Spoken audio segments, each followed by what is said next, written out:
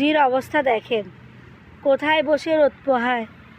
এখানে কি বসার জায়গা? দেখেন তো, আমার বাসার বিড়াল, কেউ বলবে এটা বাসার বিড়াল?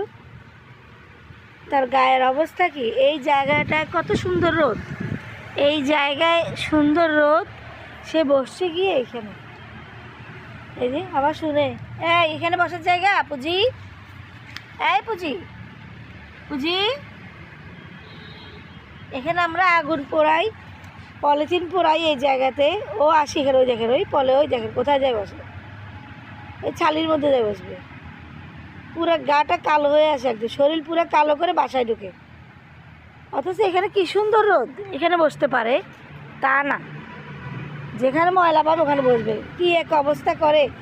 এই ঠান্ডায় প্রতিদিন গোসল করাতে ইচ্ছে করে, তারপরে গাটা মুছে দিয়ে যা পারি।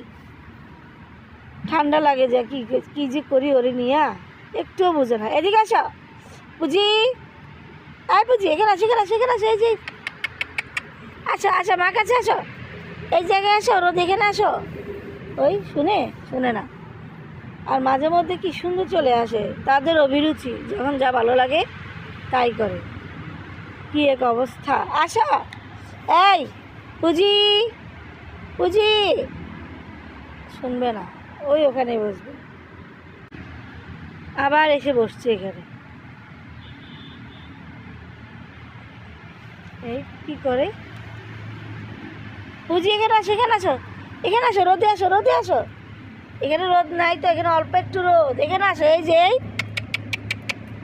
শুনবে না, এই যে ঝিমা, এই ঝিমা আবার কি করে? আসো,